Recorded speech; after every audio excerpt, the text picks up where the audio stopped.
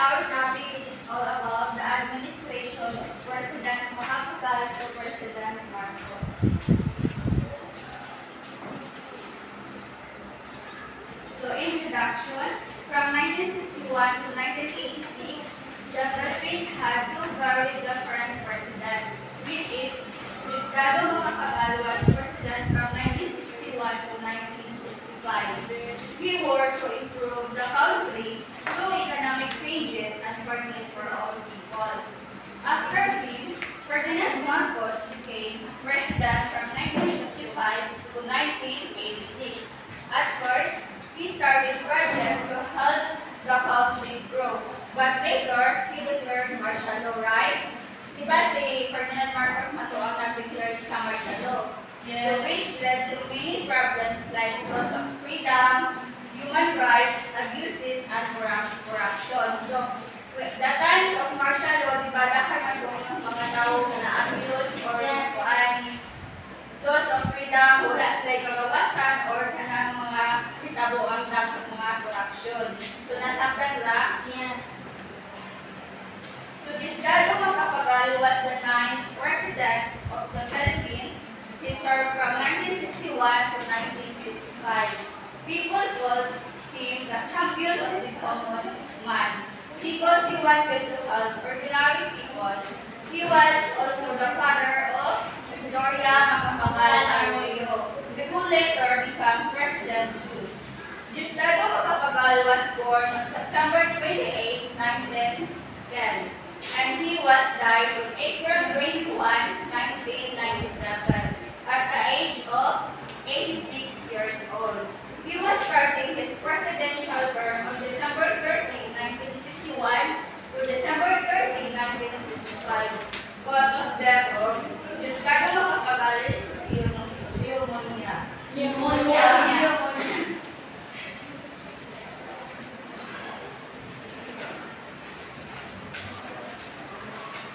So now let us proceed to the contribution and achievements of Diosdado Macapagal.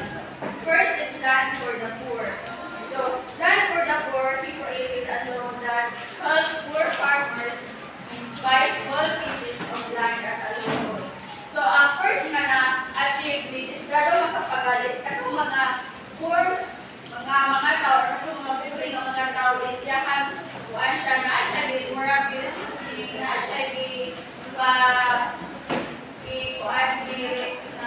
i-deklara mabalaod para sa mga pobre ng mga Pilipino na naasilay pwede silang makapuluan ng yutaan.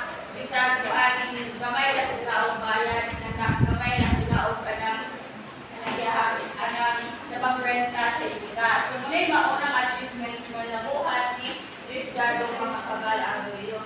Second is Piso the World Market, which is he made the Philippine peso part of the global money exchange system. So, ang ikalawang nakuha na achievements ni Diosdado Arroyo is kuan itong mga para ang mga Pilipino dili kay sila magkalisod is ang mga baligya is naging yung kuan yung ipabarato para ako at mga Pilipino is maka-afford po sila kung sa ilang panginaanglan. So, third is June 12 as Independence Day. So, diba June 12, so umaga na ito ang Independence Day. So, may ikatulungan na achieve ni Diosdado Macapagal. He officially declared that June 12, 1898 is the real Independence Day of the Philippines. So, fourth is the minimum wage law, which is he signed a law to make sure workers get a minimum salary. So, atong mga kuan, ang iyang ikobat na-achieve is atong mga workers is ganahan siya makatanggap or makakuha siya sila o mga insaktong sahod gikan sa ilang kuan. Very effective and massive people. So, mo siya upat ang mga contribution and achievements na nabuhat ni Diosdado Macapagal Arroyo. So, did you understand last? Yes. So, last is Veterans Bank, which is he helped create a bank for Filipino war veterans. So, nitabang ko siya para muna ibang ko na na-achieve sa panahon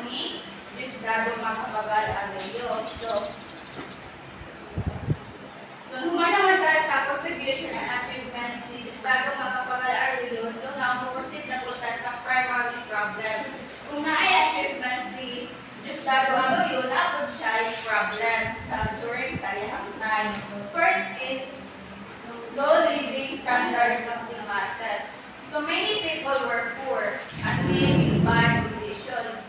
So, sa una pag kalod is knowledge yung mga tao nga pobre. Like kanang mga ilhang pagpuyo is unay kausaban. So, usap mo na sa number 1 na problem ni is na makapag-alaryo. Second is lack of economic stability. So, the country's economic was weak and unstable. So, sa panahon ni Isdado makapag-alaryo is ang economic ato niya is na lugi at kanang hinay ang ihang improvements sa economy. Then, last is unemployment. So, a lot of people didn't have job.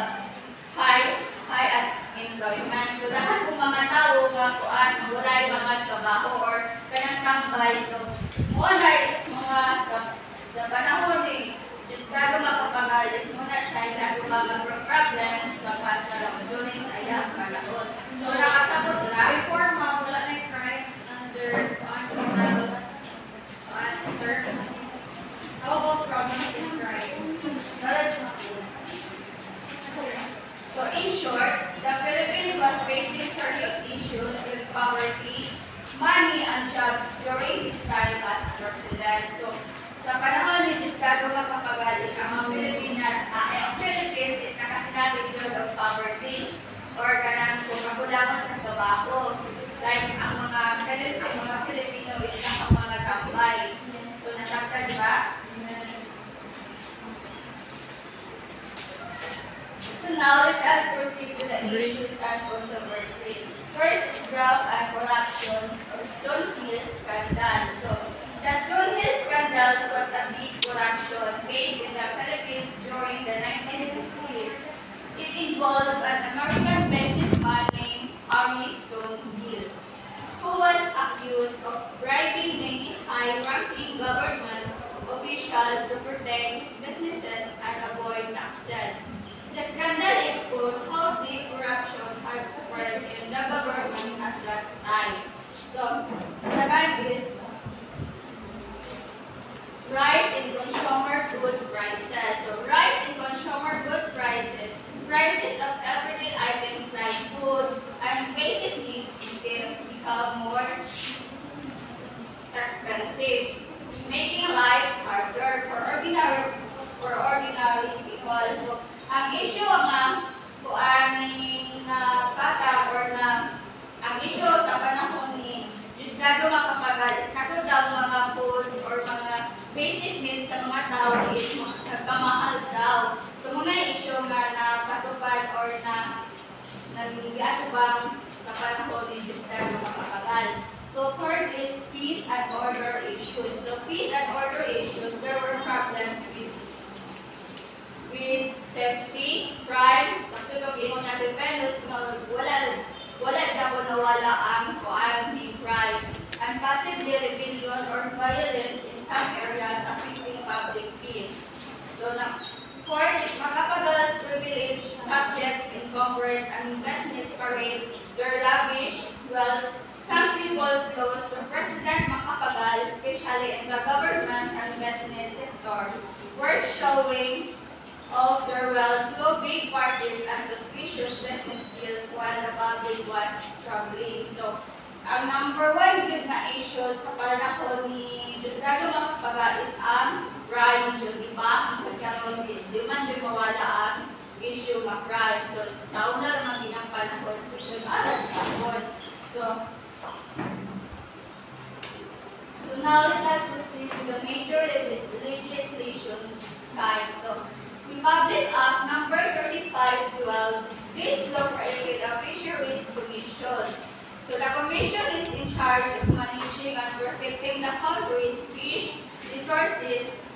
It explains the group's responsibilities and how they get money to do their work. So, sa panahon ni Kuan, Isdado Macapagal is na asay law nga ipatupad, which is Republic Act number 3512, which is katong mga mangingisda is kuan ng kung usay mahitabo sa ilang pagpangisda or like for example kanang kung mahon sila is pwede sila makareklamo sa government kaya hindi na may ipatupad si Isdado Macapagal na laban sa mga mangingisda. Question, ma'am, law is still applicable right now. So, did you see the videos of a fisherman? I don't know the exact place, but they experience a crime in their area. It happens like this. So, during the fishing, they're in the sea, and then what do we call the bantay dagat, right? So, bantay dagat, gibanggaan inahang boat, and then all of them are dead. So, that law will protect them. Hindi ito sila I magpaan. don't know what law was that. Republic number 3512. Okay, nasabtan ba? So now let us proceed with the second law, which is Republic number 3518. So this law created the Philippine Veterans Bank.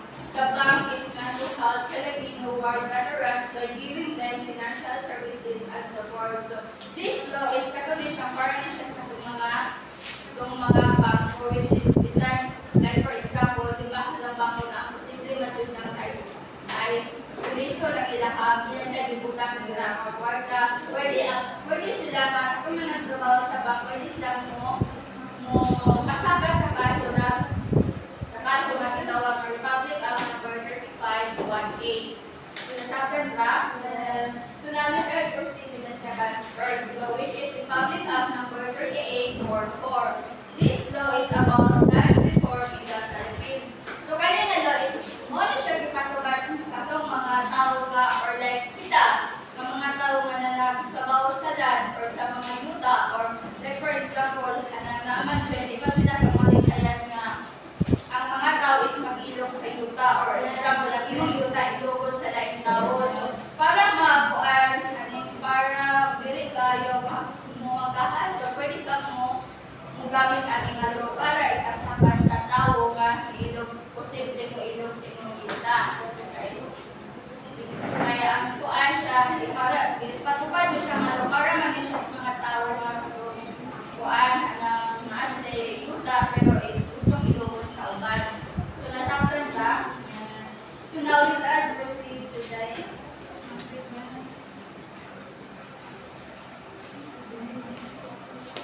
it aims to help farmers by ending unfair financing systems. So, namag-iuban nga na-iuban nga kasagaran na dyan na gaabit kayo mga farmers is ilaha at underestimate. Kaya itong ay farmer sa dili na sila makakaning unahan ana. So, pupunay kasagaran na hitabo sa ito ang panahon o sa unang panahon. So, this law supports giving land to farmers and improving agriculture.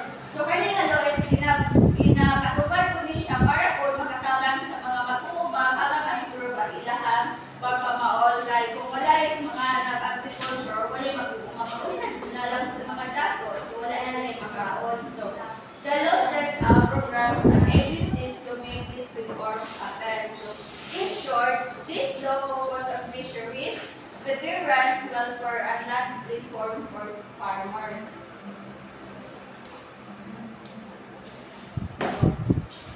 Now let us proceed to the major legislation side. So, Republic Act number 4166. This law changed the date of Philippines Independence Day from July 4 to June 12. So July 4 was then declared as Philippines Republic Day instead. So sa una ng panahon nga tuwang Independence Day kay July 4.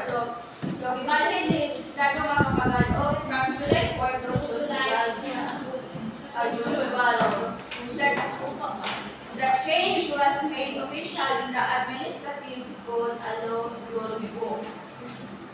So second is Republic Act 4118. This law updated the minimum wage law. It increases the minimum wage for some workers.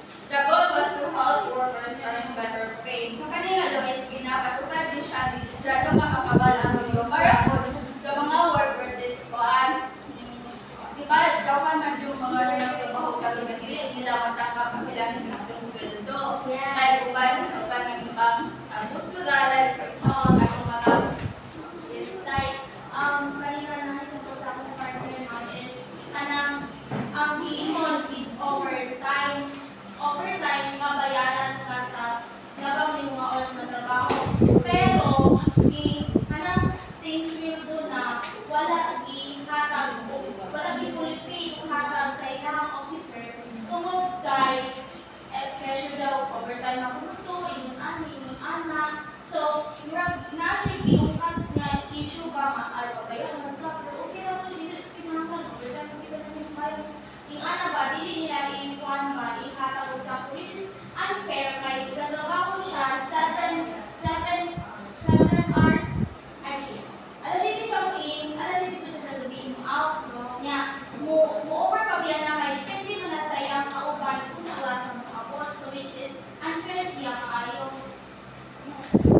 Kung example ko na ano, kung follow mo ni Rafi Tulfo, he's been visiting manufacturers and other industries. And then, ang una ko niya question is, inyong overtime niya, talang mo, inyong back pay. So, may anak, importante ko na siya kay, we are going to our work to gain money, man. So, free services, knowing that you are giving your strength and time, and then dealing with my parents na. Yes, thank you for your So, sa atong panahon karon is daghang yung mga Filipino workers na iapakapi sa ilang amo, which is dili lang sa physical nila, kundi sa ilang sweldo is dili sila tatong mga mahatag. So, pwede tamuan, like for example, during trabaho na tayo is dili sa akong trabaho, dili tahatagan sa aton sa mga sweldo is pwede tamo pasakay ani nga kaso, which is Republic Act number 4180. So, para po, buwan magkikahan ko sa Malaon, sa Kuan, Malaon. So, in short, June 12 became the new Independence Day and the minimum wage was raised to health workers.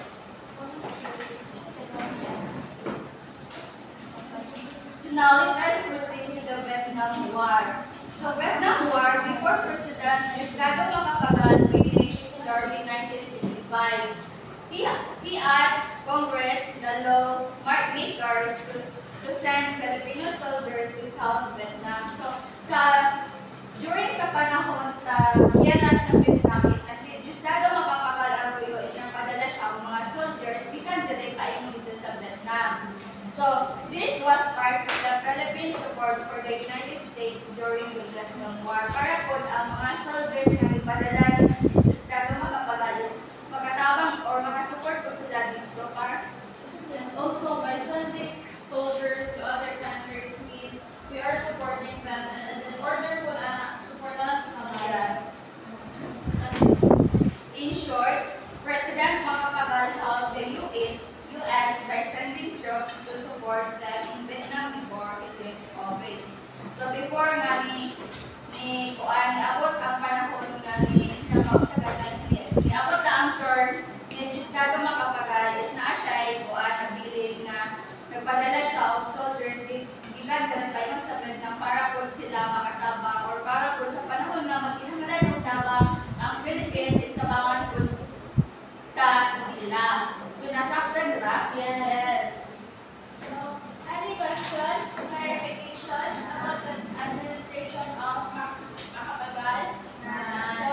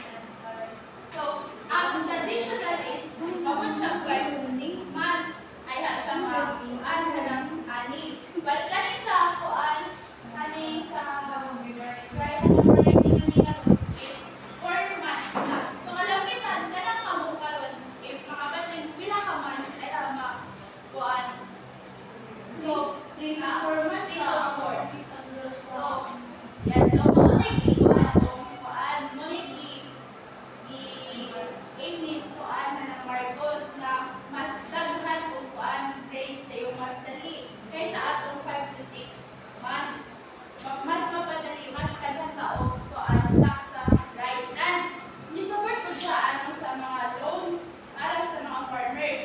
But although ni kuan ni napakahang kuan project, knowing kung mga poor guys, matablo man sila og apat sa mga nagkamahal na engines na like kanang sa ilang pagpapauring nga okay to mga kanang kuan na ay kwarta kung mga apas man sila. So naaragod gyud ko disadvantages, di ba? So, may nanatay ka ng mga technologies para makatabak, na easy na naman. Yes. Para sa nang magdadali na kaayo. So, yes, dili na lang maka-afford mo na ang mga poor farmers nag-naapos sila mga debt o mga loans kaysa katong mga rich ones na kaya mo-afford. So, now let us proceed to the economic crisis. So, during the economic crisis during President Ibrahim Marcos' administration was partly caused by excessive government spending. Sa butong pag-re-election niya, nakuha yun siya o gasto and kuhaan siya na balik po siya na to. Kita ko na nag-suffer. And dapat sa punto na naay kuhaan inflation. Like nagkamahal o di naayo ang kuhaan sa mga palaligon. So, additionally, the country faced balance of payment crisis. So, this happens when a country spends more money on foreign goods. So, di ba kayo? Ipabalit na, daghan ng mga piso ay ang sa kadalar. So, mas daghan na ta mapalit nila kaysa ang atong kita o sa atong export pa nila. So, nag-tuan good na ang balance sa economy mo nang nag-suffer ang mga Pilipino people and good na right. So, declaration of martial law. So, on September 21, 1972, President Marcos declared martial law in the Philippines. So, mauna din siya. So, nagsugod siya ang mga good at dispensa. Nagkainom siya sa martial law. So, officially announced to the public a few days later. So, Marcos said this was necessary to stop communist rebellions and restore peace and order in the country. However, many believe martial law was mainly used to keep Marcos in power beyond his term and silence his critics. So, hanang iyang giingon sa public na para ma-stop ang mga communist rebellions. But, the people, kabalo sila, nito sila that martial law, gibuhan ko ni Marcos para mapataas pa iyang term. So, mas dapat pa siyang ma-corrupt. So, the declaration had serious effects on the country's democracy and freedom. First is the dissolution of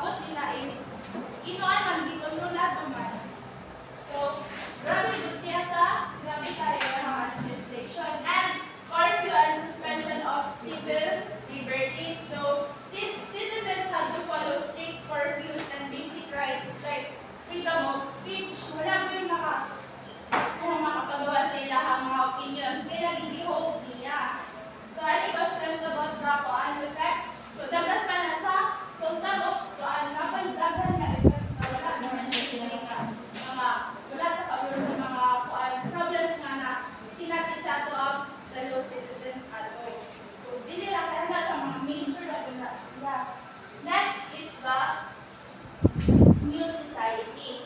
So kani, i-promise siya nga during sa kuan, during sa naman siya kuan na rin bagong isunan kasi lang ka kuan kanang ka bagong Pilipinas o na pa lang bagong Pilipinas ron. So halos mo siya ako'y bagong isunan or new society. So program launched by Marcos during martial law in the 1970s.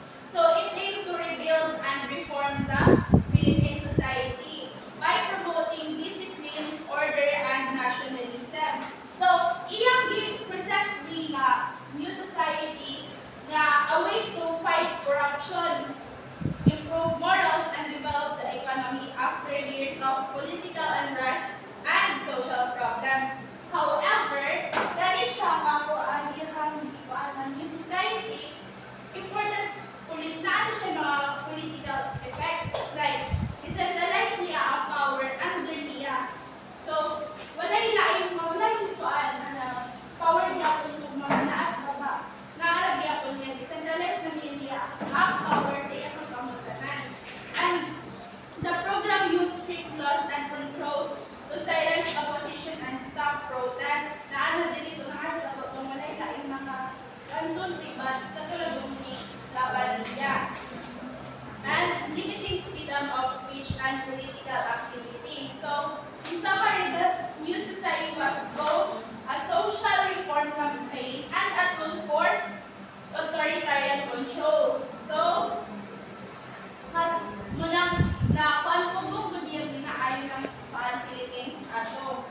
So, next is the People Power Revolution. So, what do you think kanina sa People Power?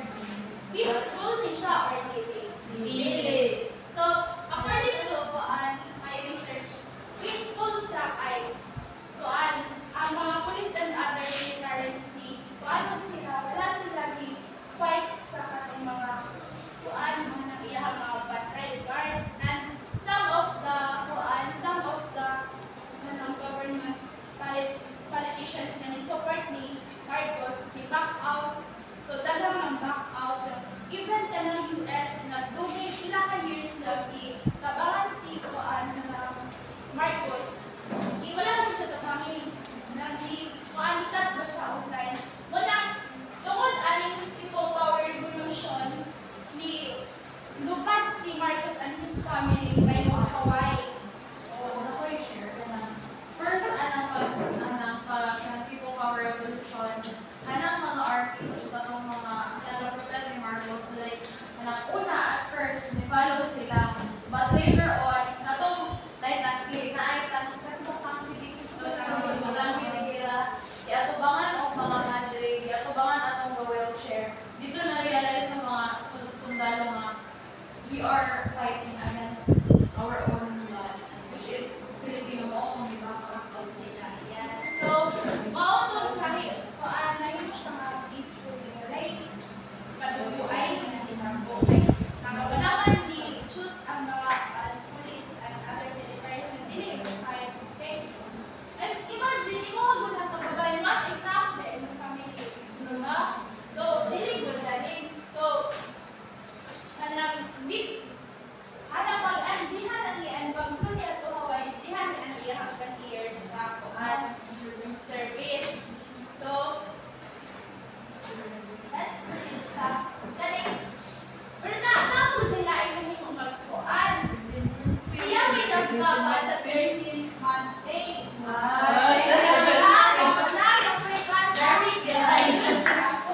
So, under the Presidential Decree number 851, so, he declared 13th month day para ang ihaman daw is para matabangan itong mga nag-spill ito nga, di ba? During kuan siya ng Christmas, tapos man ang kalalitan ni Basa, para makapalit daw, para bang kuan hadaang kuan burgers. So, muna ko na iyahang game which is now the 100 karon and the best, very, very best part sa ending sa year sa Then, next is the Batasang Pambansa Laws. So, during his presidency, the Batasang Pambansa or the National Assembly